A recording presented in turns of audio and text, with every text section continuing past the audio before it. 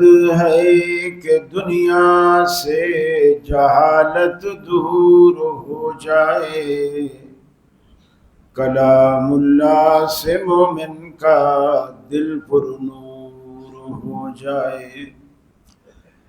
یا الہی جب تک کہ میرے جسم میں جان رہے، تجھ پہ صدقے تیرے محبوب پہ قربان رہے۔ میں رہوں یا نہ رہوں پر دل کی ہے یہ دعا، دین احمد اور عزت قرآن رہے۔ عزیز دوستو اور بزرگوں، حج کا سیزن ہے اور گزشتہ جمعہ حج سے متعلق گفتگو سن رہے تھے۔ آج اسی سلسلے کی دوسری کڑی ہے اور اگلے جمعہ بھی انشاءاللہ اسی سلسلے کی تیسری اور آخری کڑی انشاءاللہ اللہ نے زندگی رکھی تو بیان کریں گے۔ اللہ تعالیٰ نے اسلامی ارکان اور عبادات میں سے حج کو ایک بڑی خاص اہمیت دی ہے، اور بہت ساری چیزیں سیدنا ابراہیم علیہ السلام نے جو ادا کی، اللہ نے انہیں حج کا رکن بنا دیا۔ حتیٰ کہ ان کی بیوی حضرت ہاجرہ اپنے بیٹے اسماعیل علیہ السلام کے لیے جو پانی کی تلاش میں صفا مروہ کے درمیان دوڑی، اللہ نے اس سے بھی حج کا حصہ بنا۔ بعض ادائیں اتنی اللہ رب العالمین کو پسند آتی ہیں،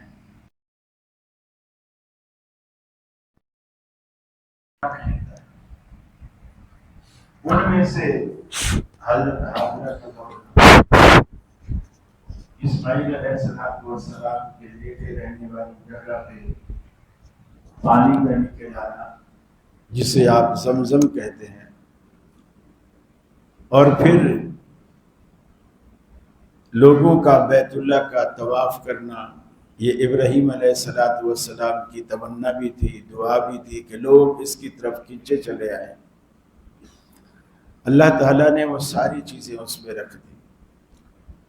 قرآن مجید کی جو آیت کریمہ میں نے آپ کے سامنے پڑھی ہے، اللہ نے اس میں 4 قسمیں کھائی: فجر کی قسم، اور رات کی قسم، شفع کی قسم، اور وتر کی قسم۔ یہ شفع اور وتر اور رات اور فجر سے کیا مراد ہے؟ فجر سے مراد تو عام فجر ہے، جو جس وقت میں آپ اذانیں دیتے ہیں، اذانیں سنتے ہیں، نماز کے لیے آتے ہیں۔ یہ وقت چونکہ اللہ رب العالمین کو بہت پسند اور خاص ہے کہ آدمی اپنی نیند اور بستر چھوڑ کر محض اللہ کی یاد کے لیے مسجد میں آتا ہے۔ اللہ نے اس کی قسم کھائی۔ اور وَلَيَالٍ عَشْرٍ، 10 راتوں کی قسم۔ یہ 10 راتیں ذی الحجہ کی 10 راتیں ہیں، ابتدائی 10 راتیں، یکم ذی الحجہ سے لے کر 10 ذی الحجہ تک یہ جو 10 راتیں ہیں، اللہ تعالیٰ نے ان کی قسم کھائی۔ یہ بھی بڑی فضیلت کی حامل ہے۔ وَالشَّفْعِ وَالْوَتْرِ، وتر طاق ہے اور شفع جفت ہے۔ طاق سے مراد 9 ذی الحجہ ہے۔ طاق کا وہ فگر ہوتا ہے جو 2 پر برابر تقسیم نہ ہو۔ 9 ذی الحجہ جس دن حاجی میدان عرفہ میں ہوتا ہے وہ مراد ہے، اور شفع سے مراد 10 ذی الحجہ جس دن آپ قربانی کرتے ہیں، جو 2 پہ برابر تقسیم ہوتا ہے۔ تو یہ دن اہمیت کے حامل ہیں۔ اللہ تعالیٰ نے بڑی فضیلت اور اہمیت بیان کی ان کی، اور حاجی جب جاتا ہے تو ان فضیلتوں کو یقیناً وہ سمیٹتا ہے۔ البتہ کچھ چیزیں ایسی ہیں جو حاجی کرتا ہے ہم نہیں کرتے۔ ہم کرتے ہیں، حاجی نہیں کرتا. مثلا 9 ذی الحجہ کا جو روزہ ہے جسے آپ یوم عرفہ کا روزہ کہتے ہیں، ہمارے چاند کے اعتبار سے جب اب جہاں 9 ہوتی ہے تو اب وہ روزہ رکھتے ہیں. اور اگر سعودیہ میں 9 جس دن ہوگی وہ روزہ رکھیں گے. لیکن حاجی کو روزہ رکھنا منع ہے. حاجی میدان عرفات میں روزہ نہیں رکھے گا. وہ اس دن باقی باتیں کرے گا، کیونکہ حج خود ایک عظیم جہاد ہے. سید عائشہ صدیقہ رضی اللہ تعالیٰ عنہ نے عرض کی کہ اللہ کے رسول، یہ سارے صحابہ جہاد پہ جاتے ہیں اور آپ نے جہاد کو افضل عبادت بھی قرار دیا ہے، تو ہمیں کیوں اجازت نہیں ہے؟ ہم بھی چاہتی ہیں کہ ہم بھی افضل عبادت کریں. آپ نے فرمایا عورتوں کے لیے افضل جہاد حج. عورتوں کا افضل جہاد حج. تلواریں لے کر میدان میں اترنا عورتوں کا کام نہیں ہے. عورتوں کے لیے جو افضل جہاد ہے وہ حج ہے. حج یقیناً ایک مشکل اور محنت طلب عمل ہے. اس میں چلنا زیادہ پڑتا ہے. بعض دفعہ آپ اپنا سامان بھی اٹھائے ہوئے ہوتے ہیں اور پیدل چل رہے ہوتے ہیں. گاڑیاں چلنے کا راستہ نہیں ہوتا. مختلف چیزیں ایسی ہوتی ہیں. صفا مروہ کی سعی کے دوران، اس لیے حج کا جو مزہ جوانی میں ہے وہ بڑھاپے میں نہیں. ہمارے کیا کرتے ہیں؟ پیسہ اکٹھا کرتے رہتے ہیں کہ جب ہم بوڑھے ہوں گے نا جب حج کریں گے. پہلی بات تو یہ ہے کہ ہمیں یہ نہیں پتا کہ ہم بوڑھے ہوں گے بھی کہ نہیں. ساری دنیا بوڑھی ہو کر تو نہیں مرتی نا. جوانی میں بھی کئیوں کے جنازے اڑ جاتے ہیں. دادا نانا پوتوں نواسوں کے جنازوں کو کندھا دے رہے ہوتے ہیں. یعنی دادا اور نانا موجود ہے، ابا بھی موجود ہے، پوتے نواسے فوت ہو گئے. یہ اللہ کا عجیب نظام. یہ انتظار نہ کریں کہ بڑھاپا آئے گا تو حج کریں. اور پھر جو سب سے بڑی بات یہ ہے، 4 چیزیں عمل کی قبولیت کے لیے بنیادی شرط: توحید، اخلاص، رزق حلال اور سنت کے مطابق اس عمل کا کرنا. اگر عقیدے میں توحید نہیں ہے اور آپ کے حج کا عمل، نماز کا عمل، روزے کا عمل، ہر عمل سنت کے خلاف ہے، دل میں اخلاص نہیں ہے، ریاکاری ہے، اور ہم نے جو کمایا ہے وہ ساری کمائی ہماری حرام کی ہے، تو پھر ان عبادات کا کوئی فائدہ نہیں، قطعاً کوئی فائدہ نہیں. آپ اندازہ لگائیے، نبی کریم صلی اللہ علیہ وسلم نے یہاں تک فرمایا اگر کوئی شخص میرے مدینے میں یعنی میرے شہر میں اگر کوئی بدعت کا ارتکاب کرتا ہے، او آوا محدثن، یا کسی بدعتی کو مدینے میں پناہ دیتا ہے، لعنت اللہ والملائکۃ والناس اجمعین، اس پر اللہ کی، فرشتوں کی اور دنیا جہان کے لوگوں کی لعنت. اب اندازہ لگائیے، جو بدعت بندہ مدینے میں بدعت کا ارتکاب کرے یا بدعتی کو پناہ دے. پناہ کے کئی طریقے ہیں.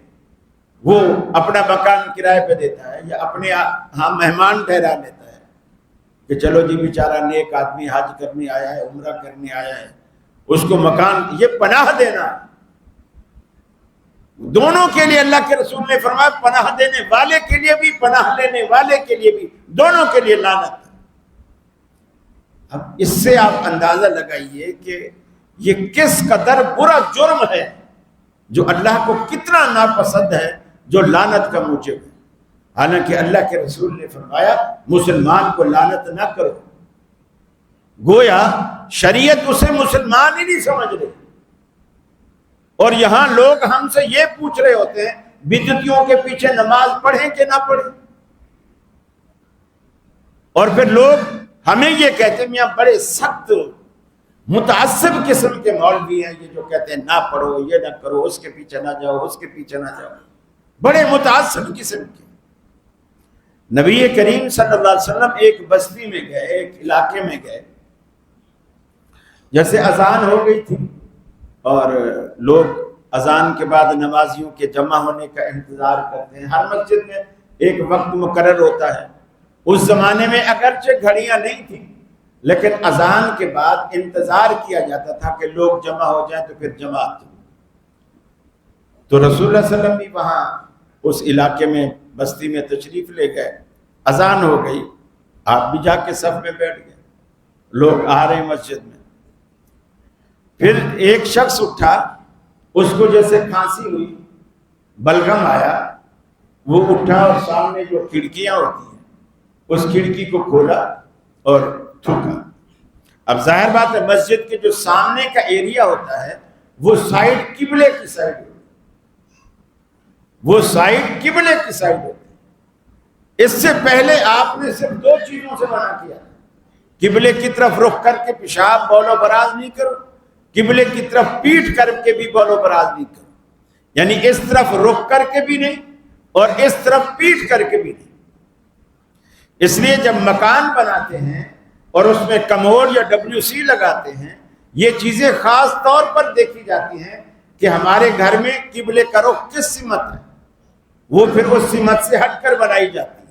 مسلمان یہ اہتمام کرتے ہیں. اس سے پہلے صرف یہ 2 چیزوں کی پابندی تھی. آج تیسری چیز صحابہ کرام کے سامنے آئی. جب اس نے تھوکا کھڑکی کھول کر سامنے مسجد کی طرف, سامنے قبلے کی طرف, نبی کریم صلی اللہ علیہ وسلم نے لوگوں سے پوچھا یہ شخص کون؟ لوگوں نے کہا یا رسول اللہ یہ ہماری مسجد کا امام ہے, ہماری مسجد کا امام. آپ نے فرمایا آج کے بعد اس کو امامت کے مصلی پر کھڑا نہیں کرنا, اس کو امامت کے مصلی پر کھڑا نہیں کرنا. بدعتی نہیں ہے, مشرک نہیں ہے, صرف کیا ہے اس کے دل میں کعبے کا احترام نہیں ہے. کہ جس کے دل میں قبلے کا احترام نہیں ہے اس کی طرف تھوک رہا, یہ اخلاقاً اس قدر بری بات ہے. حالانکہ اس سے عقیدے کا فرق نہیں آیا, بدعت کا فرق نہیں آیا, لیکن یہاں کیا ہے کہ اللہ کے رسول نے فرمایا کہ اس شخص کے دل میں کعبے کا احترام نہیں جس کی طرف رخ کر کے بندہ نماز پڑھتا ہے. اب 2 بندے کھڑے ہوئے آپس میں باتیں کر رہے ہیں اور وہ بندہ بار بار, آپ کھڑے میں ادھر باتیں کر رہے ہیں اور وہ ادھر کھڑا ہوا ہے. بعض لوگوں کو تھوکنے کی بڑی عادت ہوتی ہے, خاص کر نسوار والے یا دوسرے, نہ بھی ہو نسوار تو کچھ لوگوں کو تھوکنے کی عادت ہوتی ہے. اب وہ ادھر کھڑا ہوا ہے, آپ سے باتیں بھی کر رہا, بار بار آپ کی طرف سامنے بھی, بے شک وہ آپ تک تھوک نہیں آ رہا لیکن آپ کے سامنے آپ کے آگے تھوک رہا ہے, تو یہ بدتمیزی ہے, یہ بد تہذیبی ہے, یہ غیر مہذب ہونا ہے, یہ تہذیب کے خلاف ہے. یہ جائے کہ آدمی اللہ کے گھر کی طرف رخ کر کے تھوکے, آپ نے اسے امامت سے روک دیا, اس سے امامت کا حق چھین لیا کہ اس کے بعد نماز نہیں پڑھنی. اب لوگ سمجھتے ہیں یہ معمولی باتیں, یہ معمولی باتیں نہیں. مدینے کو واقعی اللہ تعالیٰ نے ایک عزت دی ہے, مقام دیا ہے, اور اس قدر مقام دیا ہے کہ اسلام سے پہلے اس کا نام یثرب تھا. یثرب, آج کل بھی کچھ لوگ نعتوں میں کہتے ہیں مدینے دوالی, یثرب دوالی اور مدینے کا بادشاہ, اس طرح کے کچھ جملے بولتے ہیں. اسلام کے بعد اس کا نام مدینہ طیبہ رکھا گیا, ایسا شہر جو پاکیزہ شہر, مقدس شہر ہے. آپ نے اس کی ایک فضیلت یہ بھی بیان کی کہ مدینے میں یہ خاصیت ہے, آپ نے فرمایا یہ بدعتیوں کو اپنے اندر سے ایسے نکال پھینکتا ہے جیسے آگ لکڑیوں کو جلا دیتی ہے. یہ بدعتی کو وہاں ٹکنے نہیں دیتا, ایسے نکال دیتا ہے اپنے اندر سے, یہ اس کی خاصیت ہے. اور اللہ کے رسول نے یہ بھی فرمایا اگر اللہ تمہیں مدینے میں مرنے کا موقع دے تو اس کو ترجیح دو. اب کسی کو کیا پتا میں کہاں مروں گا, لیکن اس سے آسان حل یہ ہے, مثلا میں مدینے گیا, عمرے پہ گیا, پھر مدینے چلا گیا, وہاں بیمار ہو گیا.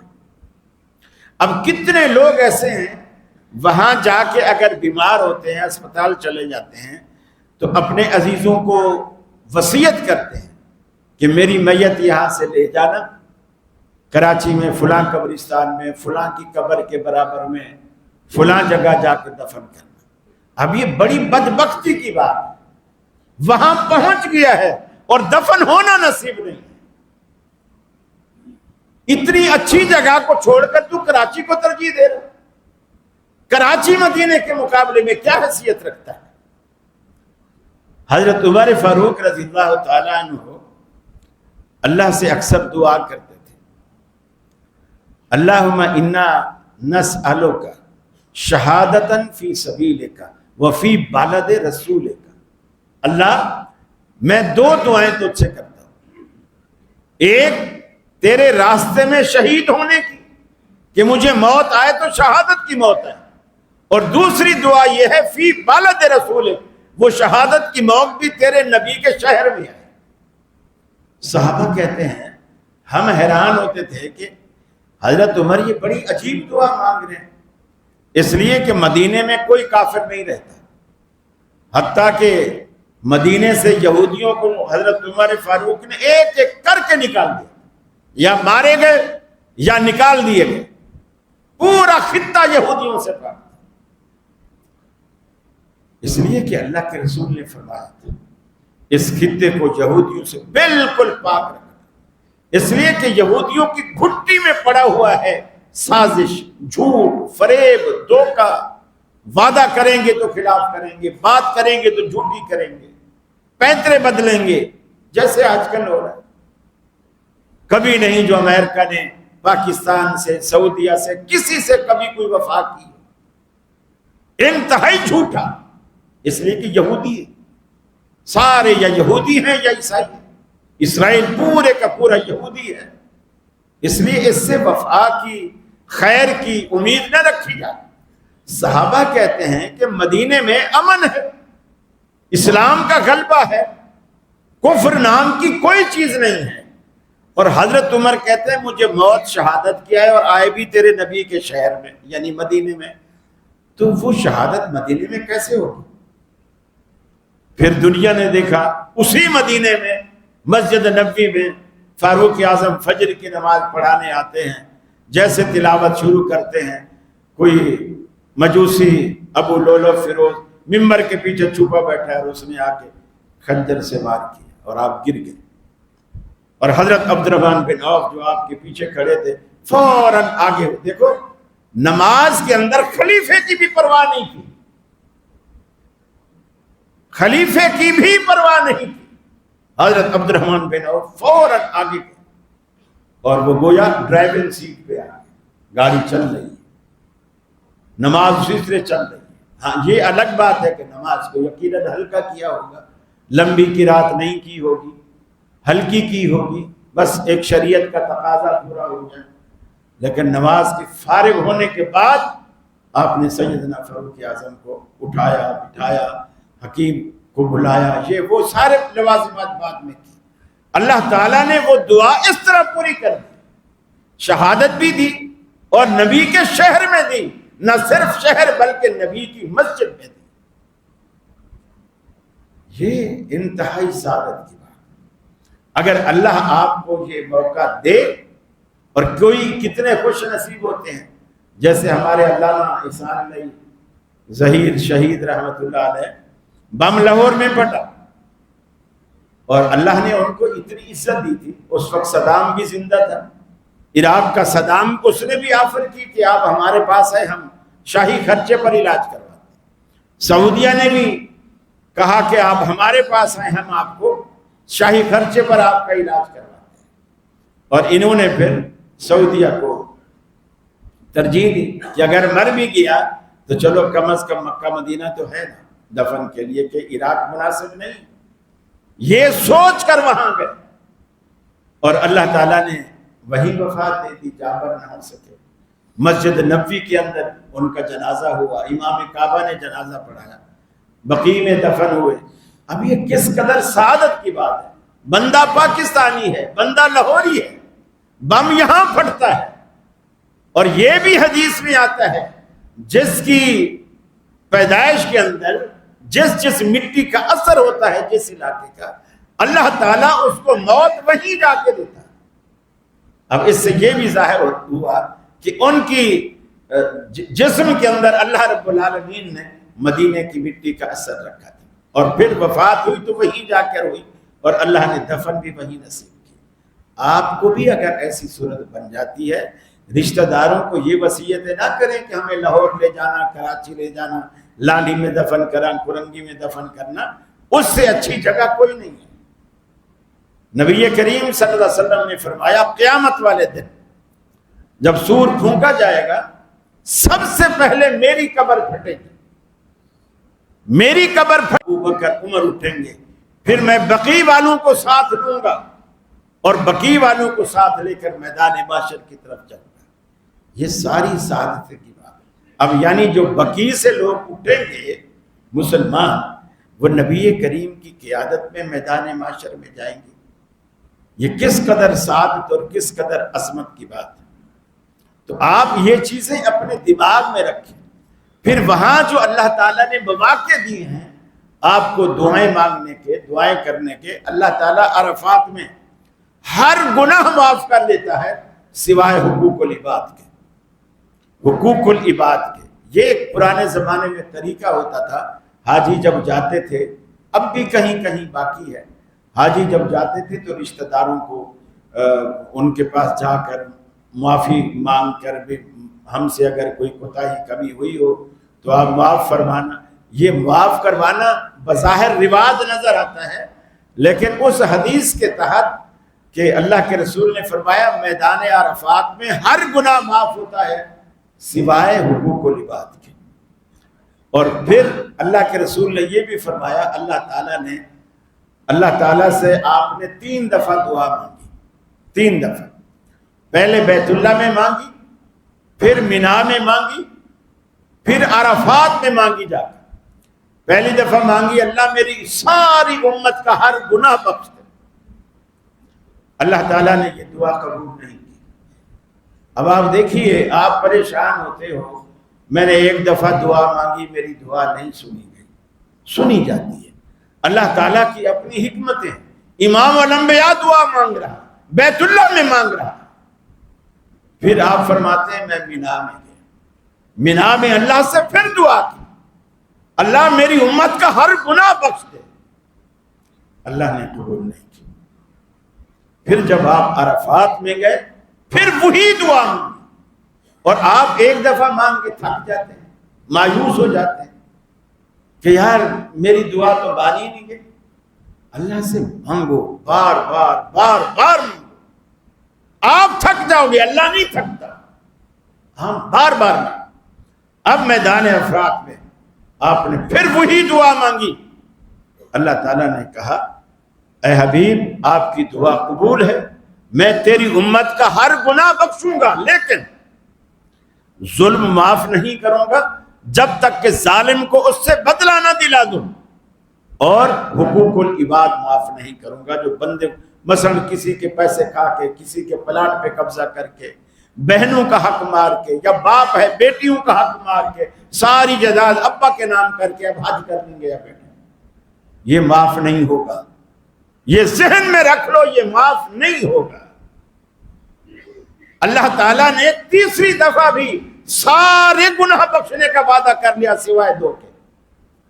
ایک، اگر وہ ظالم ہے، کسی پر ظلم کیا ہے وہ، اور یا اگر کسی بندے کا حق مرا ہے وہ، اللہ نہیں معاف کرے گا جب تک بندہ معاف نہ کرے۔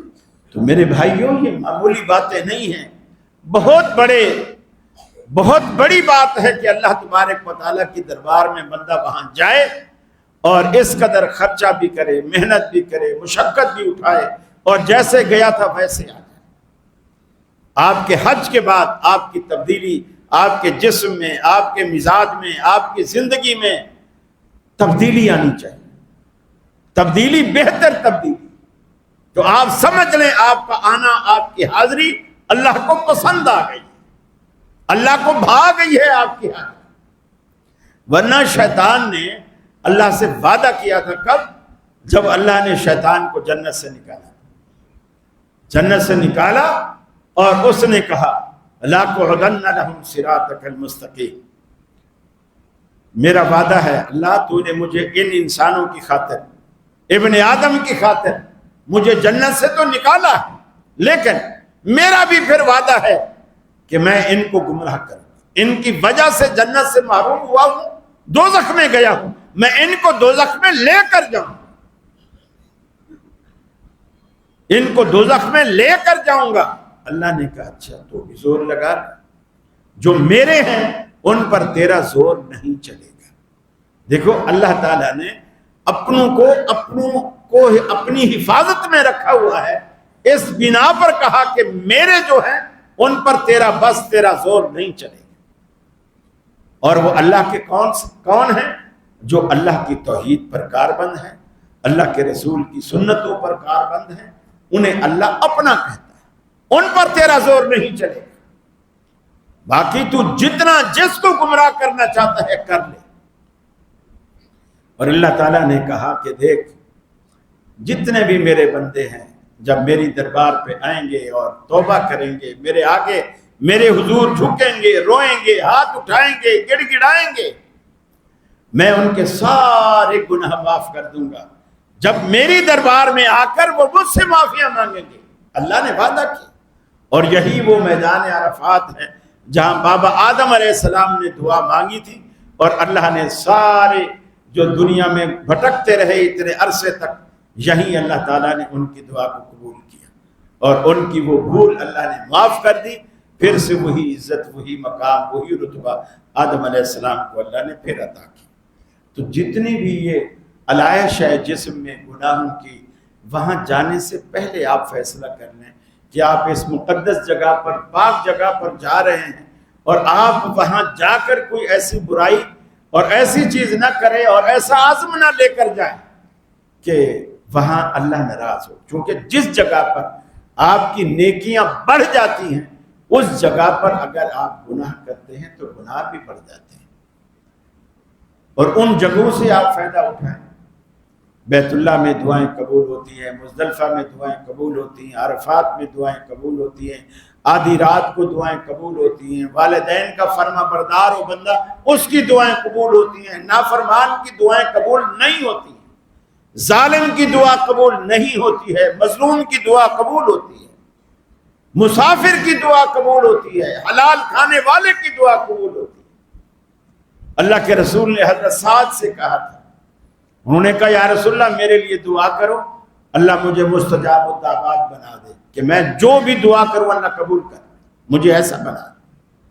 اللہ نے فرمایا کہ اطب مطعمک تکن مستجاب، اپنی روزی کو حلال کر لے، اللہ تجھے مستجاب الدعوات بنا دے گا۔ یعنی مجھ سے دعا نہیں کرا، بس اپنی روزی حلال کر لے، جو منہ سے بولے گا اللہ قبول کرے گا، جو مانگے گا اللہ دے گا، جو کہے گا اللہ مانے گا، صرف روزی حلال کر لے۔ صرف حلال حرام یہ نہیں ہے کہ آدمی جی پولیس میں ہے تو روز ہم سے مسئلے پوچھ رہے ہوتے ہیں، میرا ماموں پولیس میں ہے، وہ ہمیں دعوت کرتا ہے، کھانے پہ جائیں کہ نہ جائیں، میرا چاچا جو ہے وہ کسٹم میں ہے، کبھی کبھی وہ آتا ہے گھر میں تو وہ مٹھائی کا ڈبہ لے آتا ہے، ہم وہ کھائیں کہ نہ کھائیں۔ یعنی اتنے متقی بن جاتے ہیں جیسے یہ خود تو کچھ بھی نہیں کرتے، ماما اور چاچا سب کچھ کر رہے ہیں۔ میرے بھائیو، یہ جو تقوی ہوتا ہے نا، اس میں اور ریاکاری میں بڑا فرق ہوتا ہے۔ آدمی تقوی اختیار کرے، اللہ سے ڈرے، اور اللہ سے ڈر کر پھر ان چیزوں سے بچے، اور خود بھی اپنے آپ کو بچائے۔ اپنی کمائی کیسی ہے فکر نہیں ہے، ماموں پولیس میں ہے، چاچا کسٹم میں ہے، فلانا وکیل ہے، اس کی دعوت کھائیں کہ نہ کھائیں، اس کی شادی میں جائیں کہ نہ جائیں۔ میرے بھائیو، اگر آپ کی اپنی روزی حلال ہے پھر تو آپ کو یہ احتیاطیں، یہ تقوی زیب دیتے ہیں۔ اگر میری اپنی روزی حلال کی نہیں ہے اور میں مسئلے پوچھتا پھروں، اس کا کوئی فائدہ نہیں۔ اپنی روزی حلال کر لیجیے۔ یقین مانیے، حج پہ جانا ایک الگ ہی عبادت اور الگ فضیلت ہے۔ آپ کی روزی حلال کی ہے، آپ اس مسجد میں منظور کالونی میں بیٹھ کے بھی دعا کریں گے، اللہ آپ کی دعا رد نہیں کرے، اللہ آپ کی دعا قبول کرے۔ اب ریاض الجنہ میں لوگ جا کے لڑتے ہیں، پاکستانی خاص طور پر بیٹھیں گے بھی تو آلتی پالتی مار کے چوڑی ہوٹ کے ٹانگیں دو بندوں کی جگہ ایک پاکستانی گھیر کے بیٹھا ہو. یہ عجیب ان کے مزاج ہے. دنیا جہان کے جتنے لوگ ہوں گے آپ کو ان کو اخلاق والا پائیں گے سوائے پاکستانی کے. سوائے پاکستانی کے مجال ہے جو آپ کو جگہ دے دے, کبھی بھی نہیں دے. اور دوسرا کہ دوسرے ملک کے آیا ہوا ہوگا وہ فوراً سرک کے آپ کو اشارہ کرے گا جہاں آپ آ کے نماز پڑھیں. اب ایک دوسری بات میں آپ کو بتاؤں, وہاں لوگ کیوں لڑتے ہیں؟ کیوں لڑتے ہیں؟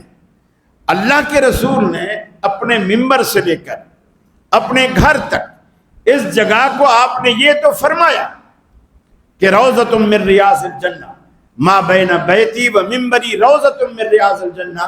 میرے ممبر سے اور میرے گھر کے درمیان تک یہ جتنا فاصلہ ہے یہ جنت کے باغوں میں سے ایک باغیچہ ہے, یہ تو فرمایا. لیکن پورے حدیث کے ذخیرے میں ایک روایت بھی ایسی نہیں کہ آپ نے فرمایا ہو یہاں نماز پڑھنے کی اتنی فضیلت ہے. کوئی فضیلت نہیں. الگ سے اس جگہ پہ نماز پڑھنے کی, لیکن پاکستانی مریں گے لڑیں گے وہاں نماز پڑھیں.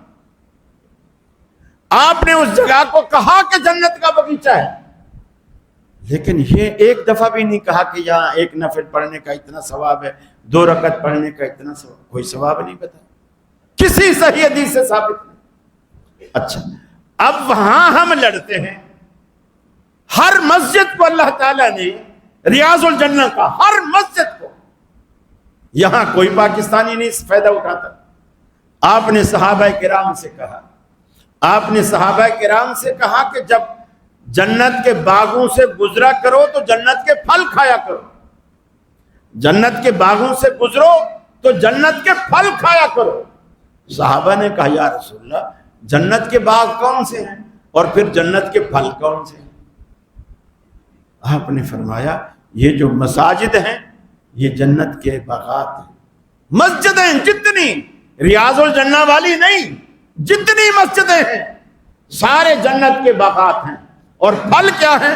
لا الہ الا اللہ کہنا, الحمدللہ کہنا, سبحان اللہ کہنا, اللہ اکبر کہنا, یہ جنت کے پھل ہیں.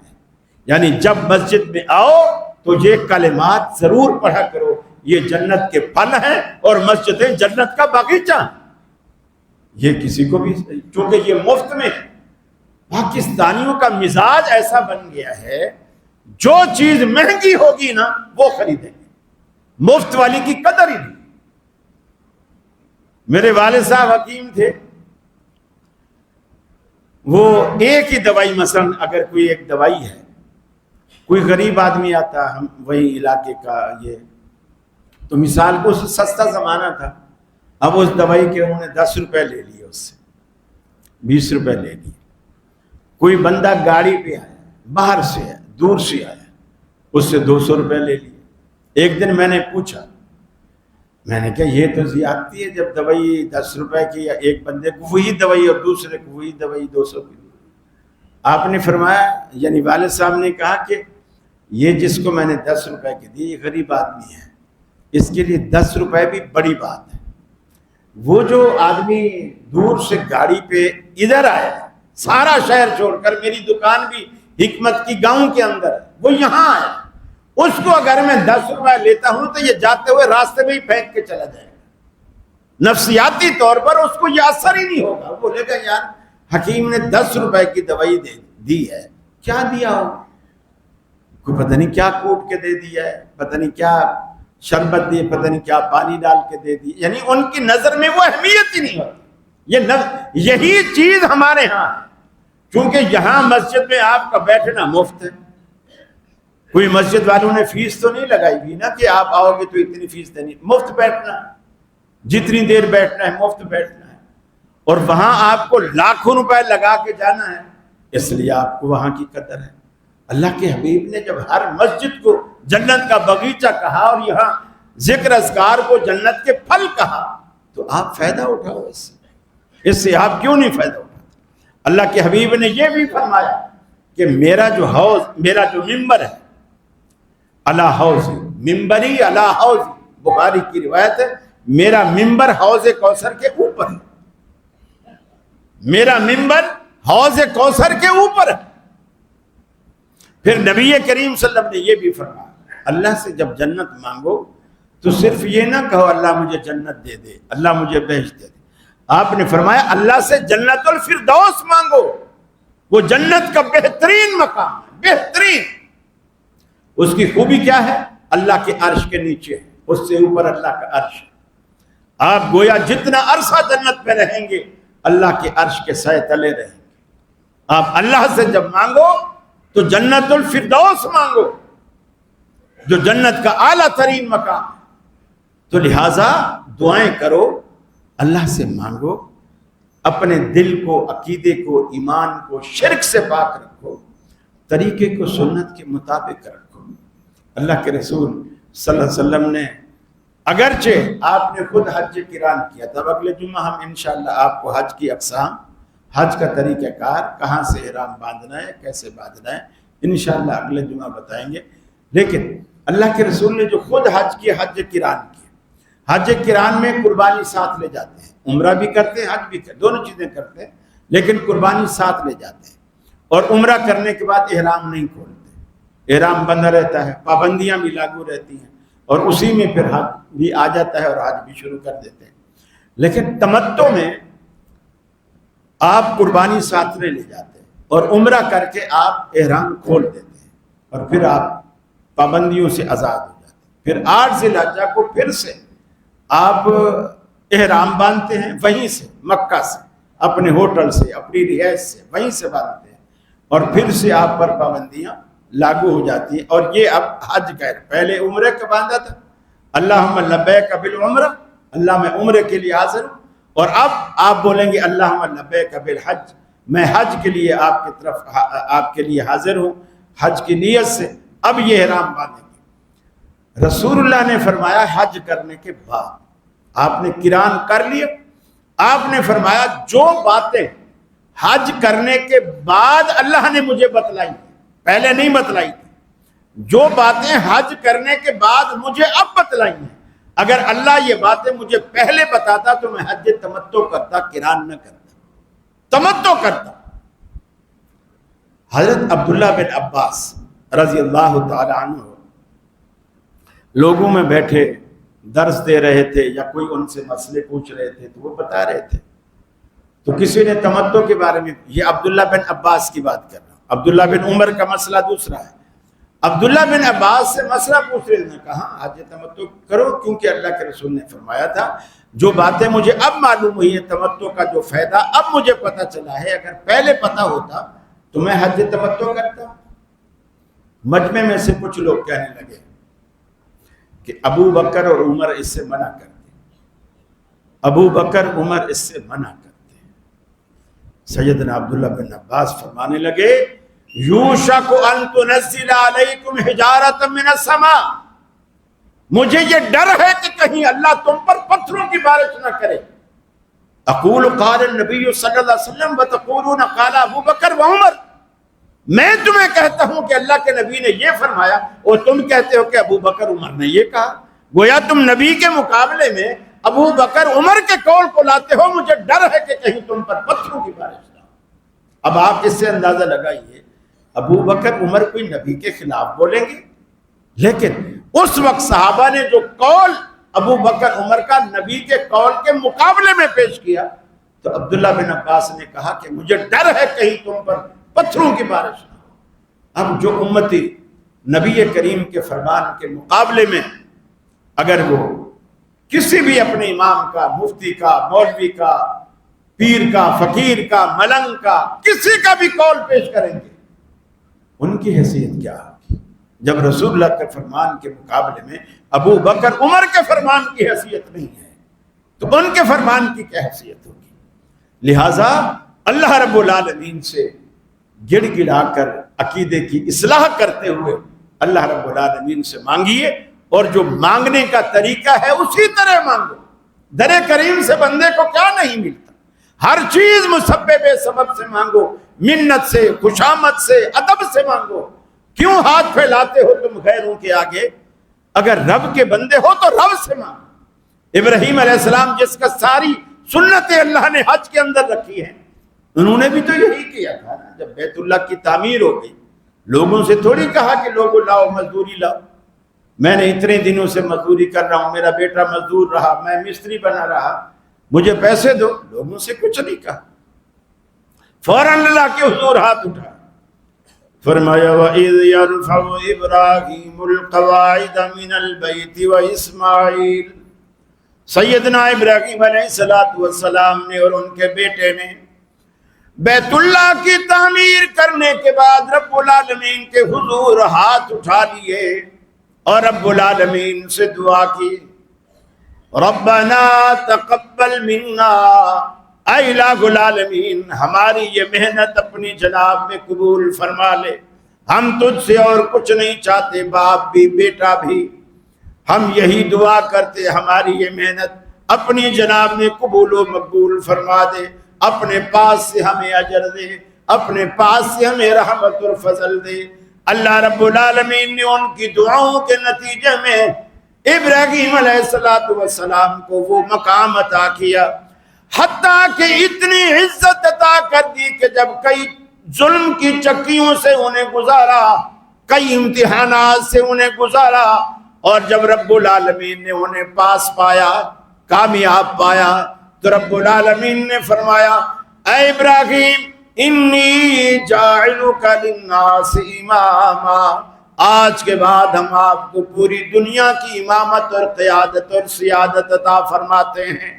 لوگ ووٹ لے کر کے مانگا کرتے ہیں عہدہ، رب العالمین نے ابراہیم علیہ السلام کو بن مانگے امتحانوں سے گزار کر، امتحان کی کئی چکیوں سے پیس کر، پھر جب دیکھا کہ ابراہیم علیہ السلام ہر امتحان میں سرخرو ہوئے، رب العالمین نے نتیجے میں اعزاز میں انعام کے طور پر فرمایا کہ اے ابراہیم ہم آج کے بعد انی جاعلک للناس اماما، ہم پوری کائنات کے لیے آپ کو امام چنتے ہیں، آج سے آپ پوری کائنات کے امام ہیں۔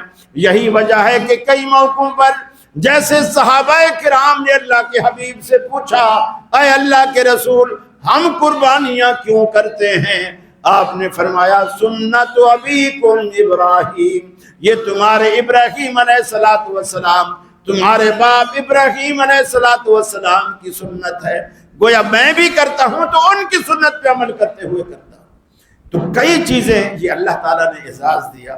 اب آپ دیکھیے شیطان کو کنکریاں مارنا، اب بظاہر دیکھا جائے وہ شیطان بھی نہیں ہے، ایک پلر ہے، پتھر کا ایک پلر بنا ہوا ہے، ہم جا کے اس کو کنکریاں مارنا، یہ بھی کوئی عبادت ہے پتھر مارنا، اور وہ بھی دیوار پہ پتھر مارنا۔ بظاہر انسان سوچے یہ بھی کوئی عبادت ہے، اور کوئی چیز بھی نہیں، کوئی انسان بھی نہیں، کوئی دشمن بھی نہیں، کچھ بھی نہیں ہے، اس کو جا کے ہم پتھر مار رہے ہیں، اللہ اکبر کہہ رہے ہیں، پتھر مار رہے ہیں، یہ بھی کوئی عبادت ہے۔ لیکن ابراہیم علیہ السلام کی یہ ایک ادا تھی، وہ ادا کیا تھی؟ جب اسماعیل علیہ السلام کی قربانی کرنے جا رہے تھے تو شیطان نے آگے آ کے روکا، اور جب روکا تو وہ آگے ٹل نہیں رہا تھا، تو ابراہیم علیہ السلام نے کنکر اٹھا کر اس کو 7 کنکر مارے اور ہر کنکر پہ اللہ اکبر کہا، پھر وہ وہاں سے ٹلا۔ تو یہ اس جگہ پر گورنمنٹ نے، وہاں کی سعودی گورنمنٹ میں، اس پہلے زمانے میں ایک نشانی بنا دی گئی تھی، اتنا اونچا نہیں تھا، نیچے ہی پتھر رکھ دیے گئے تھے، ایک نشانی لگا دی گئی تھی کہ یہاں شیطان تھا، اور ابراہیم علیہ السلام نے ان کو پتھر مارے، کنکر مارے، اور پھر وہ یہاں سے غائب ہوا۔ آج چونکہ کئی منزلہ ہو گئی ہے وہ جگہ بھی، تو اس لیے پھر اس مینارے کو بھی بڑا کر دیا گیا تاکہ ہر منزل سے بندہ اس کو پتھر مار سکے۔ تو ابراہیم علیہ السلام کی وہ ادا ہے جو اللہ کو اتنی محبوب ہوئی کہ اللہ تعالیٰ نے آج اس کو حج کی عبادت کا ایک حصہ بنا دیا۔ تو آپ اپنی اداؤں کو ایسا کر لیجئے کہ اللہ کو بھا جائے، اللہ کی نظر میں محبوب ہو جائے، اللہ کو پسند آ جائے۔ حج اسی کا نام ہے۔ انشاءاللہ زندگی رہی تو ہم اگلے جمعہ بھی اسی گفتگو کو آگے بڑھائیں گے۔ وآخر دعوانا ان الحمدللہ رب العالمین۔